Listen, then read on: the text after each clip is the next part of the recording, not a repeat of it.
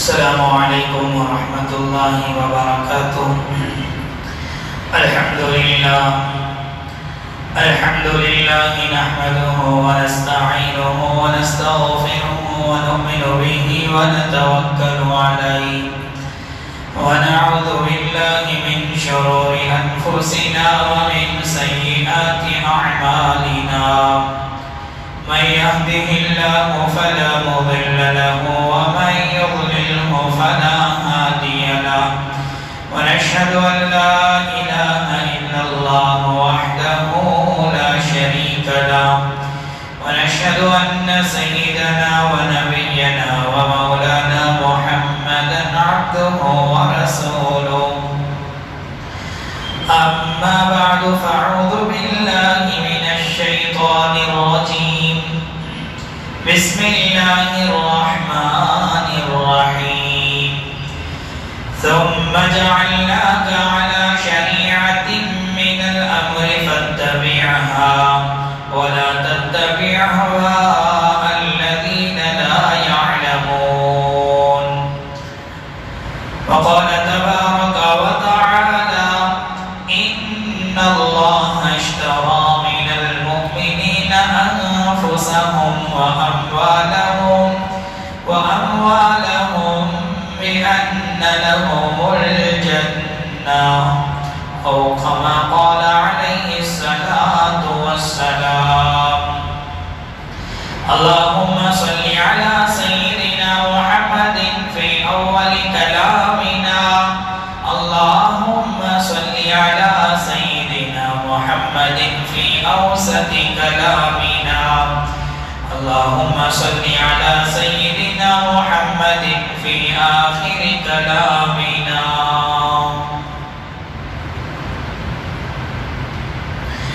اللہ کے نام سے شروع کرتا ہوں جو بڑا مہربان نہایت رحم کرنے والا ہے۔ ہر قسم کی حمد و ستائش تمام قسم کی تعریفوں کے لائق وہی ایک اللہ پاکی ذات ہے جو ہم سب کا پیدا کرنے والا اور پالنے والا ہے، ساری کائنات کا خالق حقیقی اور ہر ذرے کا مالک و مختار ہے، جو چاہتا ہے وہ کرتا ہے، اس کے کرنے کرانے میں، اس کی قوت و طاقت میں، اس کے روب و دبدبے میں، اس کے ارادے اور فیصلے میں کوئی اس کا شریک نہیں، کوئی اس کا پارٹنر نہیں، کوئی اس کا ہمسر نہیں ہے۔ وہ ایک ہے، یکتا ہے، ہمیشہ سے ہے اور ہمیشہ رہے گا۔ وہ پاک پروردگار عالم اتنی بڑی طاقتوں کا، قدرتوں کا مالک ہے، اگر کسی ایک شخص یا خاندان اور قوم و ملت کو عزت دینا چاہے، سربلندی عطا کرنا چاہے، کامیابی عطا کرنا چاہے، قسم خدا کی دنیا کی کوئی طاقت اسے روک نہیں سکتی۔ بالکل اسی طریقے سے اگر اللہ تبارک و تعالی کسی بندے کی بدعمالیوں کی وجہ سے ذلت کا، بربادی کا، آفت کا، مصیبت کا فیصلہ کر دے، قسم خدا کی دنیا کی کوئی طاقت اسے نجات نہیں دے سکتی۔ درود و سلام نازل ہو میرے اور آپ کے آقا جناب محمد رسول اللہ صلی اللہ علیہ وسلم پر، آپ کے آل پر، آپ کے ازواج پر، آپ کے اہل بیت پر، آپ کے ماننے والوں پر۔ معزز سامعین کرام، بزرگان دین، نوجوانان ملت، میں نے ابھی آپ حضرات کے روبرو سورہ جاسیہ کی ایک آیت تلاوت کی ہے، جس آیت میں اللہ تبارک و تعالی نے ارشاد فرمایا ثم جعلناك على شريعة من الأمر فاتبعها ولا تتبع أهواء الذين لا يعلمون۔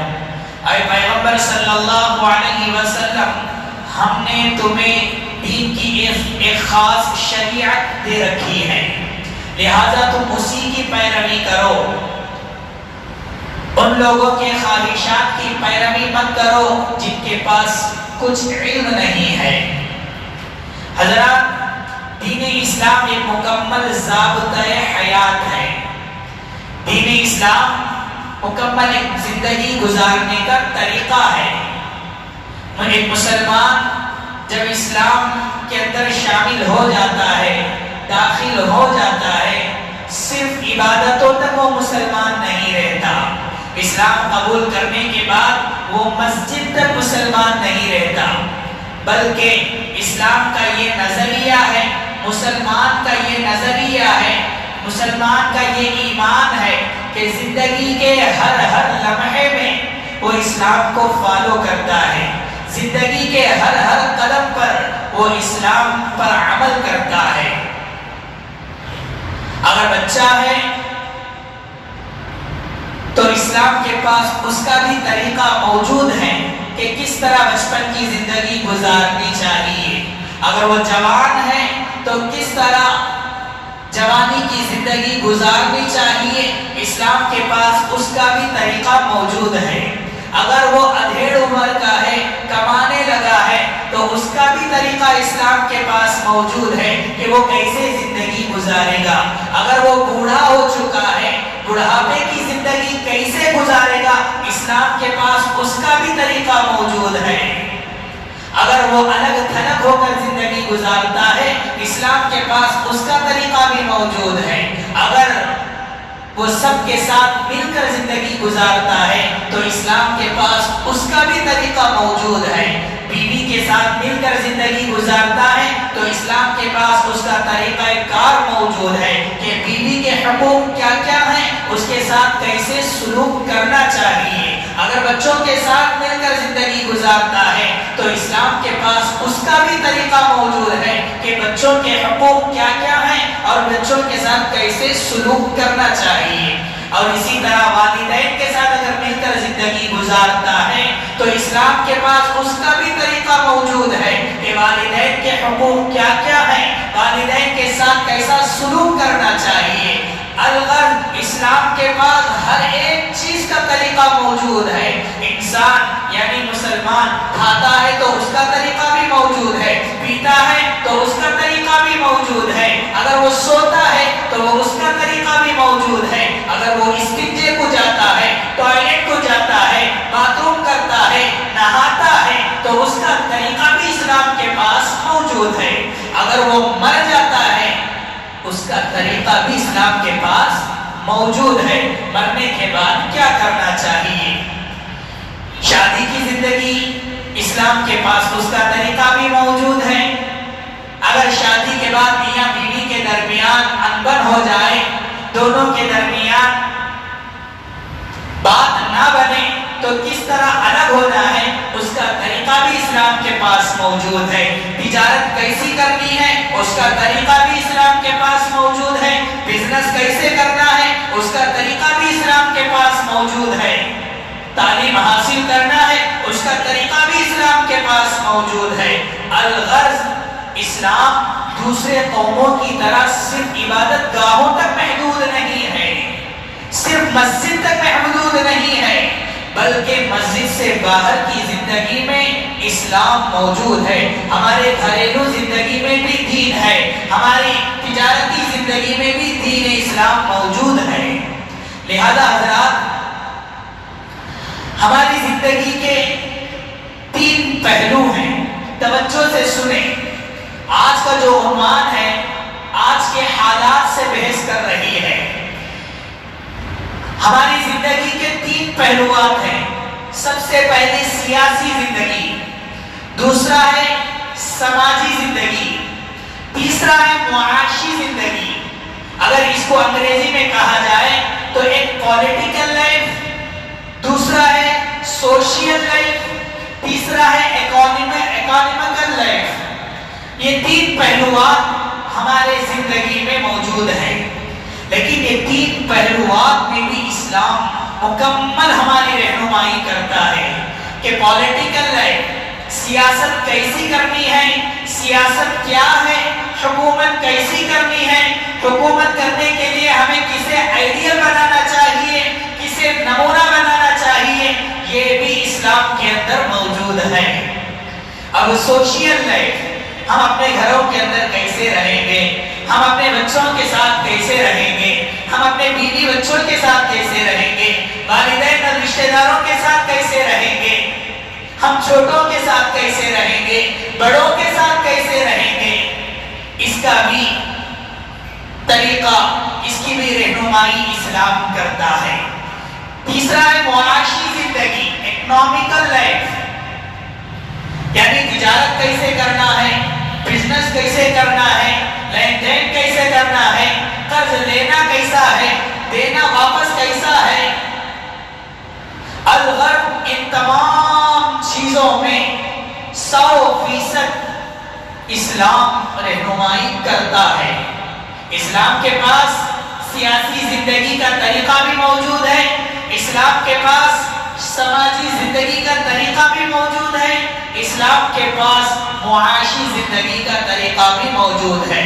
اسی لیے مسلمانوں کو زندگی گزارتے ہوئے جن جن چیزوں کی ضرورت پڑتی ہے، جن جن چیزوں کی ضرورت پڑتی ہے، ان تمام چیزوں میں اسلام شریعت ہمیں قدم قدم پر رہنمائی کرتا ہے، قدم قدم پر رہنمائی کرتا ہے۔ ہمیں کیا چیز صحیح ہے، کیا چیز غلط ہے، اس چیز کی تعلیم ہمیں اسلام اور شریعت دیتی ہے، اور اس کو ماننا ہمارے لیے ضروری ہے۔ دل و جان سے عمل کرتے ہیں یا نہیں کرتے ہیں یہ الگ بات ہے، لیکن اس پر ماننا، دل و جان سے اس پر ایمان لانا 100% ہمارے اوپر فرض ہے۔ میں نے قرآن مجید کی جو آیت تلاوت کی ہے اس میں اللہ تبارک و تعالیٰ نے یہی ارشاد فرمایا، ثم جعلناك على شریعت من الامر فاتبعها۔ اے پیغمبر صلی اللہ علیہ وسلم، ہم نے تمہیں دین کی ایک خاص شریعت دے رکھی ہے، لہذا تم اس کی پیروی کرو۔ جو لوگ خواہشات کی پیروی کرتے ہیں ان کی پیروی مت کرو۔ لہذا ہم لوگوں کو چاہیے کہ زندگی کے ہر قدم پر، چاہے وہ ہمارے گھریلو زندگی ہو، چاہے وہ ہماری تجارتی زندگی ہو، چاہے وہ ہمارے معاشی زندگی ہو، ہر زندگی کے ہر قدم پر ہم اسلام پر عمل کریں گے، اسلام کی پیروی کریں گے۔ لہذا حضرات، آج میں اس سلسلے میں بات کیوں کر رہا ہوں، آج میں ایسی باتیں آپ کے سامنے کیوں کر رہا ہوں، اس کے پیچھے ایک اہم ریزن اور ایک اہم مقصد ہے۔ اس کو جاننے کے لیے سب سے پہلے ان چیزوں کو جاننا ضروری ہے کہ حضرات، ہمارا ملک ہندوستان سے اسلام کا بڑا گہرا رشتہ ہے، ملک ہندوستان سے اسلام کا بڑا گہرا تعلق ہے، اس حیثیت سے کہ جس طرح اسلام کی تاریخ عرب میں جتنی قدیم ہے، بالکل اسی طریقے سے ملک ہندوستان میں اسلام کی تاریخ اتنی ہی قدیم ہے۔ عرب میں اسلام کی تاریخ جتنی قدیم ہے، ملک ہندوستان میں بھی اتنی ہی قدیم ہے۔ اگر ایک قول کے مطابق اگر دیکھا جائے، پہلی صدی ہجری میں ہی ملک ہندوستان میں اسلام آ گیا۔ اس ہندوستان میں مسلمانوں کی حکومت 852 سال رہی۔ مسلمانوں کی حکومت، مسلمانوں نے یہاں کی حکومت پر 852 سال تخت و تاج مسلمانوں کی رہی ہے۔ 852 سال کے بعد مسلمانوں کے بعد جب انگریزوں نے اس ملک پر قابض ہو گئے، انگریزوں نے اس ملک پر قبضہ کر لیا، تو سب سے پہلے مسلمانوں نے ہی انگریزوں کے خلاف آواز اٹھائی۔ انگریزوں کے غلامی سے نجات دلانے کے لیے سب سے پہلے جو جنگ شروع کی وہ مسلمانوں نے شروع کی۔ مسلمانوں نے جنگ آزادی میں جو مرکزی کردار، جو بنیادی کردار ادا کی ہے، دوسرے قوم کے لوگوں کو اتنی توفیق نہیں ملی قربانیاں دینے کی۔ مسلمانوں نے جنگ آزادی کے لیے بہت ساری قربانیاں دی ہیں، کیونکہ انگریزوں کی حکومت سے کسی کو مسئلہ نہیں تھا سوائے مسلمانوں کو مسئلہ تھا۔ اس لیے کہ اگر مسلمانوں کی حکومت آ گئی تو وہ مسلمان اسلام پر عمل نہیں کر سکتا، پولیٹیکل لائف پر اسلام پر فالو نہیں کر سکتا، سوشل لائف میں اسلام کو فالو نہیں کر سکتا، معاشی زندگی میں اسلام کو فالو نہیں کر سکتا۔ اگر انگریزوں کی حکومت آ جائے ہندو بھائیوں کو کوئی مسئلہ نہیں تھا انگریزوں کی حکومت سے، اس لیے کہ انگریزوں کی حکومت سے پہلے وہ مسلمان بادشاہوں کے انڈر تھے، اس لیے ان کو کوئی مسئلہ نہیں تھا۔ مسئلہ تھا تو مسلمانوں کو تھا۔ اگر انگریزوں کی حکومت آ گئی تو وہ اسلام پر فالو کرنے کے لیے مشکل ہو جائے گا، اس لیے سب سے پہلے مسلمانوں نے انگریزوں کے خلاف آواز اٹھائی۔ سب سے پہلے شاہ عبد العزیز محدث دہلوی رحمت اللہ علیہ نے یہ فتویٰ جاری کیا، اب ملک ہندوستان دارالحرب ہو چکا ہے، اب ہندوستان دارالاسلام نہیں رہا، دارالحرب ہو چکا ہے، لہذا جنگ آزادی کرنا یعنی آزادی کے لیے جنگ کرنا بہت ضروری ہے۔ اس لیے مسلمانوں نے سب سے پہلے اس ہندوستان کے لیے آزادی کے لیے جنگ شروع کی۔ جنگ آزادی کی شروعات 1797 ہجری میں ہی شروع ہو گئی۔ بہت سارے لوگوں کو اس کی یہ تاریخ نہیں معلوم۔ جنگ آزادی کی شروعات 1797 میں ہی شروع ہو گئی۔ اسی زمانے میں کلکتہ میں سراج الدولہ نے انگریزوں کے خلاف جنگ لڑی۔ اسی زمانے میں حضرت ٹیپو سلطان شہید رحمت اللہ علیہ نے انگریزوں کے خلاف جنگ لڑی۔ اس لیے کہ انگریزوں کی حکومت اگر آ گئی تو مسلمانوں کو اسلام پر چلنا مشکل ہو جائے گا۔ اس لیے مسلمانوں کے تحفظ کے لیے، اسلام کے تحفظ کے لیے، شریعت کے تحفظ کے لیے مسلمانوں نے سب سے پہلی آواز اٹھائی، سب سے پہلے جنگ کرنا شروع کی۔ اس کے بعد لیکن جب مسلمانوں نے جنگ کی، مسلمانوں نے لڑی، تو اللہ کی مرضی ان لوگوں کو کامیابی نصیب نہیں ہوئی۔ مسلمانوں کے دانشوروں نے، بڑے بڑے ذہینوں نے، بڑے بڑے فقیروں نے، بڑے بڑے علماءوں نے، بڑے بڑے دانشوروں نے بیٹھ کر یہ مشورہ کیا، اگر صرف مسلمان لڑیں گے تو ان کو کامیابی نہیں ملے گی، بلکہ دوسرے قوموں کو بھی ساتھ لینا پڑے گا، دوسرے مذہب کے لوگوں کو بھی ساتھ لے کر جنگ کرنی پڑے گی۔ لہذا مسلمانوں نے اس وقت دوسرے قوموں کے لوگوں کو لینا شروع کیا، دیگر مذاہب کے لوگوں کو بھی ساتھ لے کر جب جنگ شروع کی تو کامیابی ان کی قدم چومی۔ لہذا جب انگریزوں کی غلامی سے نجات مل گئی، ہندوستان کو اور ہندوستان کے مسلمانوں کو، دیگر مذاہب کے ماننے والوں کو جب انگریزوں کی غلامی سے نجات مل گئی تو اب وہ وقت آیا جو اب مسلمان میں حکومت بنایا جائے۔ وہ حکومت کس کی بنے؟ اگر مسلمان صرف جنگ کر کے اگر وہ کامیابی حاصل کر لیتا تو پھر سے مسلمان یہاں پر حکومت اپنے بل بوتے پر بناتا، لیکن مسلمان صرف یہاں پر جنگ آزادی کی لڑائی نہیں لڑی، بلکہ بہت سارے قوموں نے، بہت سارے کمیٹیوں نے، بہت سارے کمیونٹی نے مل کر جنگ آزادی کی لڑائی لڑی۔ اس لیے یہاں پر حکومت بنے گی تو کیسی حکومت بنے گی، اور بنی بھی تو کیسی حکومت بنی؟ وہ ہے سیکولر حکومت بنی، وہ سیکولر حکومت بنی۔ اب سیکولر حکومت بنی تو تمام لوگوں کو یہ آزادی مل گئی، ہر قوم کے لوگ، ہر کمیونٹی کے لوگ اپنے اپنے مذاہب پر آزادی کے ساتھ عمل کر سکتا ہے، اپنے اپنے قوم، اپنے اپنے مذاہب پر آزادی کے ساتھ عمل کر سکتا ہے۔ لہٰذا اب ہندوستان کے اندر جنگ آزادی کے بعد جو دستور بنا، سیکولر دستور بنا، جو حکومت بنی، سیکولر حکومت بنی۔ لہٰذا جب سیکولر حکومت بنی تو سب سے پہلے ہندوستان کی حکومت نے، سب سے پہلے ہندوستان کی دستور نے کرمنل کوڈ کو لے لیا۔ توجہ سے سنتے جائیں، توجہ میری طرف سے نہ ہٹائیں، بات سمجھ میں نہیں آئے گی۔ جب سیکولر حکومت بن گئی، جب دستور بنانے کا وقت آیا تو ایسا سیکولر حکومت بنی تو سب سے پہلے کرمنل لا کو لے لیا۔ کرمنل لا کیا ہے؟ جیسا کہ اسلام کے اندر اگر کوئی جرم کرتا ہے، چراتا ہے، تو اگر اسلامی حکومت رہے گی تو اس کا ہاتھ کاٹا جائے گا. اگر زنا کرتا ہے اسلامی حکومت اگر رہے گی اس کو سنسار کیا جائے گا, پتھر مارے جائیں گے. یہ ہے کرمنل لا. اسلام کے اندر بھی موجود ہے, ہندوؤں کے مذہب کے اندر بھی موجود ہے. جتنے کمیونٹی کے لوگ ہیں تمام کمیونٹی کے لوگوں کے اندر مذاہب کے اندر یہ کرمنل لا موجود ہے.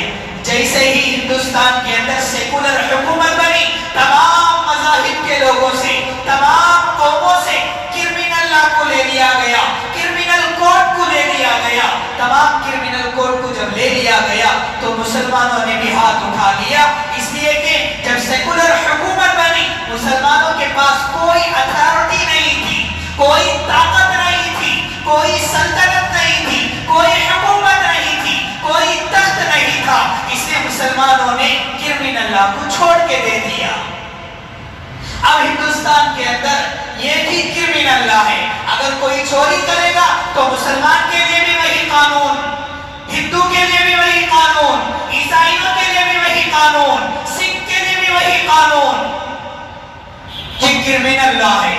کرمنل لا کو اس لیے مسلمانوں نے چھوڑ دیا اس لیے کہ مسلمانوں کے پاس ہندوستان میں اتھارٹی نہیں ہے, طاقت نہیں ہے, ان کے پاس اسلامی حکومت نہیں ہے, ان کے پاس امیر المومنین نہیں ہے. اگر امیر المومنین ہوتے, اگر ہندوستان میں اسلامی حکومت ہوتی تو وہ کرمنل لا کو بھی وہاں نافذ کرتے. لہذا اب مسلمانوں سے کرمنل لا کو حکومت نے لے لیا. اب رہی بات سول لا, جو سماجی زندگی ہماری ہے, ہماری گھریلو زندگی ہے, اس پر سول لا, سول کوڈ جسے کہتے ہیں, جیسا کہ میں نے کہا سول کوڈ کو سمجھنے کے لیے, اس لیے کہ آج سے تقریباً 3-4 سال پہلے 2018 میں لا کمیشن میں ایک سوال نامہ جاری ہوا.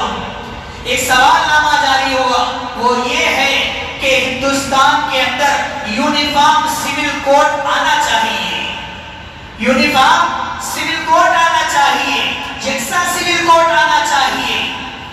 لیکن 2018 میں مسلم پرسنل لا بورڈ اور دیگر تنظیموں نے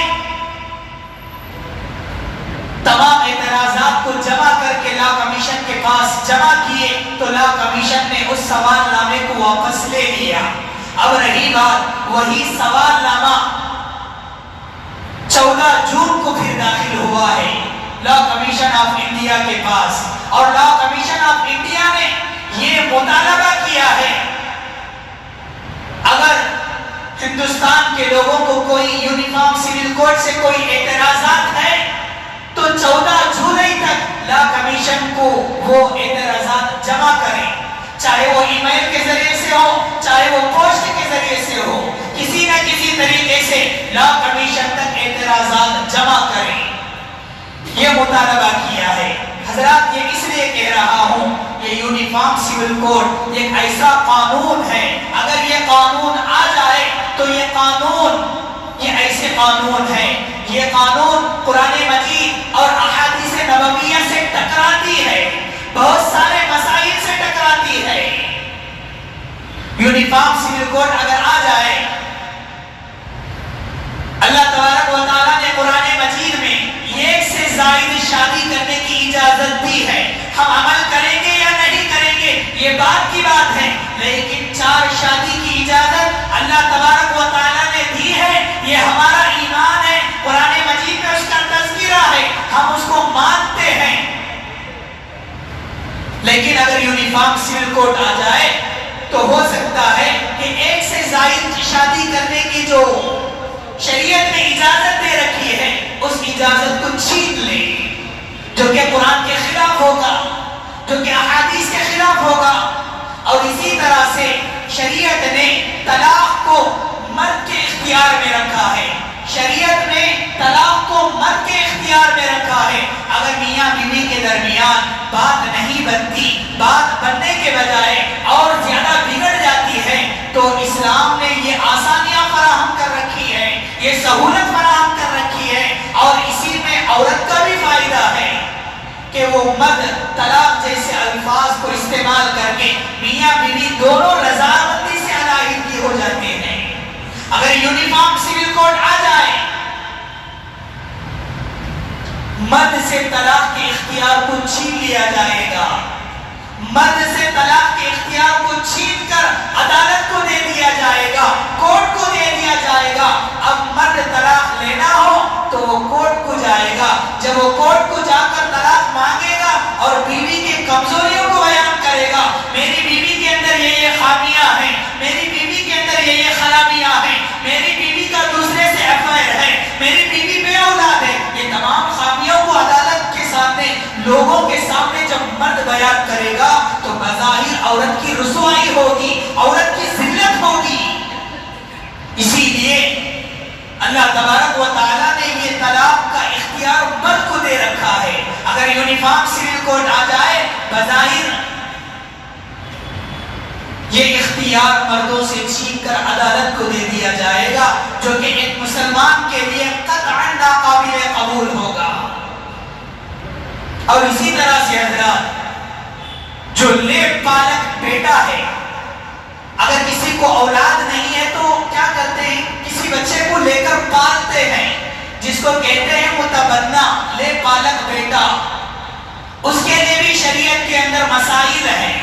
صرف دو بول بولنے سے باپ بیٹے کا رشتہ قائم نہیں ہوتا, ماں بیٹے کا رشتہ قائم نہیں ہوتا. یہ فطری رشتہ ہے, ایک نیچرل رشتہ ہے.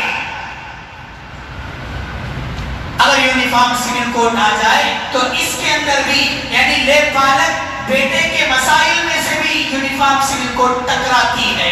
اور اسی طرح سے میراث کا جو مسئلہ ہے, اگر کوئی انسان انتقال کر جاتا ہے, اپنے پیچھے بہت سارے مال و دولت کو چھوڑتا ہے, تو مال و دولت کو جب چھوڑ کر جاتا ہے بچے بیٹھ کر آپس میں تقسیم کر لیتے ہیں. شریعت نے مردوں کے لیے 2 حصہ رکھا ہے تو بیٹی کے لیے 1 حصہ رکھا ہے, اور یہ عورت کے لیے اسی میں فائدہ ہے. اگر یونیفارم سول کوڈ آ جائے تمام چیز کو برابری ہو جائے گی, مرد کے لیے بھی وہی حصہ, عورت کے لیے بھی وہی حصہ, جبکہ یہ قرآن کے قانون کے خلاف ہوگا, جبکہ احادیث کے خلاف ہوگا. اسی لیے ہم لوگوں کو چاہیے کہ یونیفارم سول کوڈ کی شرعی حیثیت کیا ہے ہم لوگوں کو جاننا بہت ضروری ہے. آج ہماری زندگی ایسی ہو گئی, ہم لوگ صرف کھا رہے ہیں, سو رہے ہیں, پی رہے ہیں اور کما رہے ہیں, یہی ہماری زندگی ہو چکی ہے. ہمارے اکابرین نے جنگ آزادی کی جو لڑائی لڑی وہ مسلمانوں کی تحفظ کے لیے لڑی, شریعت کی تحفظ کے لیے لڑی, اسلام کی تحفظ کے لیے لڑی, دین کی تحفظ کے لیے لڑی ہے. ہماری زندگی مکمل اللہ کے لیے ہے. ایسا نہیں ہے کہ میری زندگی کا کچھ حصہ اللہ کے لیے ہے, کچھ حصہ میرے لیے ہے, کچھ حصہ میرے بیوی بچوں کے لیے ہے, کچھ حصہ میرے رشتہ داروں کے لیے ہے, کچھ حصہ میرے دوست و احباب کے لیے ہے. ایسا نہیں ہے, بلکہ پورا کا پورا حصہ اللہ کے لیے ہے. اللہ تبارک و تعالیٰ نے قرآن مجید میں فرمایا ان اللہ اشترى من المؤمنین انفسهم واموالهم بان لهم الجنہ, یقیناً اللہ تبارک و تعالیٰ نے تمہارے جانوں کو بھی خرید چکا ہے, تمہارے مالوں کو بھی خرید چکا ہے. لہذا ہم جئیں گے تو اللہ ہی کے لیے جئیں گے, ہم مریں گے تو اللہ ہی کے لیے مریں گے. اللہ تبارک و تعالیٰ نے قرآن مجید میں جو فرمایا اس پر عمل کریں گے, کسی دوسرے کے کہنے پر ہم عمل نہیں کریں گے.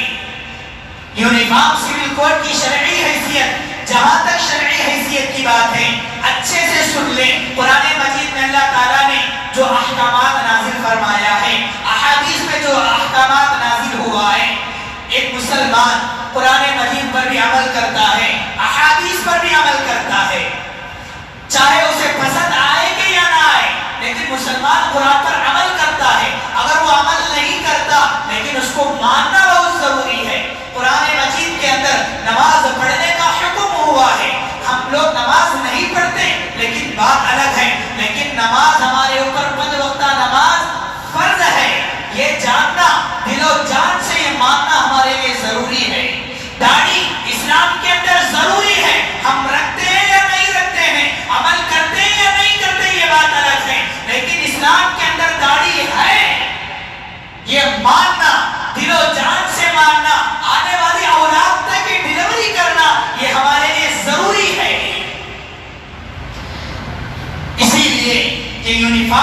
کوڈ کی جو شرعی حیثیت ہے یہی ہے، ہم لوگوں کو پسند آئے کہ یا نہ آئے ہم قرآن پر عمل کریں گے۔ جیسا کہ سود ہے، اللہ تعالیٰ نے قرآن مجید میں سود کو حرام قرار دیا ہے۔ بظاہر دیکھنے کو معلوم ہوتا ہے کہ یہ سود میں ہمارے لیے نفع ہے۔ کتنے سارے لوگ مسلمان کمیونٹی کے لوگ، ان کے کئی لاکھوں نہیں کروڑوں روپے بینک کے اندر فکس ڈپازٹ پڑا ہوا ہے، وہ لوگ استعمال نہیں کرتے، اپنے ذات پر خرچ نہیں کرتے، وہ غریبوں پر خرچ کر دیتے ہیں۔ بہت سارے لوگ وہ بینک کا وہ جو پیسہ لیتے بھی نہیں ہیں۔ بظاہر معلوم ہوتا ہے کہ مسلمان کا یہاں نقصان ہو رہا ہے، لیکن یہاں جو نقصان ہو رہا ہے مسلمان اس نقصان کو سہنے کا مکلف ہے، اس نقصان کو برداشت کرتا ہے مسلمان، اس لیے کہ اللہ تعالیٰ نے قرآن مجید میں سود کو حرام قرار دیا، لہذا مسلمان سود کو حرام ہی سمجھتا ہے۔ شراب بظاہر شراب کے جو تجارت ہے فائدہ مند ہے، لیکن اللہ تعالیٰ نے اس کو حرام قرار دیا ہے، لہذا مسلمان اس کو حرام ہی سمجھتا ہے۔ جوا بظاہر اس کی تجارت فائدہ مند نظر آتی ہے، لیکن جوے کو اللہ تعالیٰ نے حرام قرار دیا اور مسلمان اس کو حرام ہی سمجھتا ہے۔ یہ ہے اسلام کی یونیفارم سول کوڈ کی شرعی حیثیت۔ مسلمان ہندوستان کے ہر ایک مسلمان کے لیے یونیفارم سول کوڈ کی قطعاً ناقابل قبول ہے، اس کی ہمیں کوئی ضرورت نہیں ہے۔ اب آئے بات یونیفارم سول کوڈ کی دستوری اور قانونی پہلو کیا ہے۔ یونیفارم سول کوڈ کی جو دستوری اور قانونی پہلو یہ ہے، جب جنگ آزادی ہوئی ہمارے ملک کے معماروں نے، ہمارے ملک کے جو فریڈم فائٹر ہیں ان لوگوں نے جب جنگ آزادی کے بعد جب حکومت بنائی تو یہ بھی قانون بنایا کہ یہاں کے رہنے والے ہر قوم کے لوگ اپنے اپنے مذہب پر عمل کر سکتے ہیں۔ یہاں کے دفعہ 26 اور 25 کے اندر یہ لکھا ہوا ہے، آرٹیکل 25 اور 26 کے اندر یہ لکھا ہوا ہے، ہر آدمی اپنے اپنے مذاہب کے اندر آزادی کے ساتھ عمل کر سکتا ہے۔ اب لہٰذا اگر یونیفارم سول کوڈ کو بنایا جائے تو دفعہ 26 کے خلاف پھر قانون بنا رہے ہیں، اس لیے مسلمان ہندوستان کے ہر مسلمان کے لیے یہ ناقابل قبول ہے، ہمیں یونیفارم سول کوڈ کی کوئی ضرورت نہیں ہے۔ اب آئے یونیفارم سول کوڈ کے کیا کیا نقصانات ہیں۔ فائدے تو آج تک کچھ بھی نظر نہیں آئے، لیکن یونیفارم سول کوڈ کے جو نقصانات ہیں، سب سے پہلا نقصان یہ ہے کہ یہاں کے اتحاد، ملک کے اتحاد پر متاثر ہوگا۔ یہاں کے ہندوستان میں ہندو، مسلمان، عیسائی، سکھ تمام لوگ آپس میں بھائی چارگی کے ساتھ زندگی گزارتے ہوئے آ رہے ہیں۔ اگر یکساں یونیفارم سول کوڈ اگر نافذ کر دیا جائے گا، یہ اس ہندوستان کے ملک ہندوستان کے اتحاد پر اس کا اثر پڑے گا۔ اب ہندو بھائی اور مسلمان بھائی جو آپس میں ایک ساتھ چل رہے تھے، اب دونوں کے درمیان میں یہ خیال آئے گا کہ تو الگ ہے میں الگ ہوں، تو الگ ہے میں الگ ہوں، اس کے اندر یہ خرابی پیدا ہوگی۔ اس لیے یونیفارم سول کوڈ کی ہمیں ہندوستان کے ہر باشندے کو کوئی ضرورت نہیں ہے، خاص کر مسلمانوں کو قطعاً اس کی ضرورت نہیں ہے۔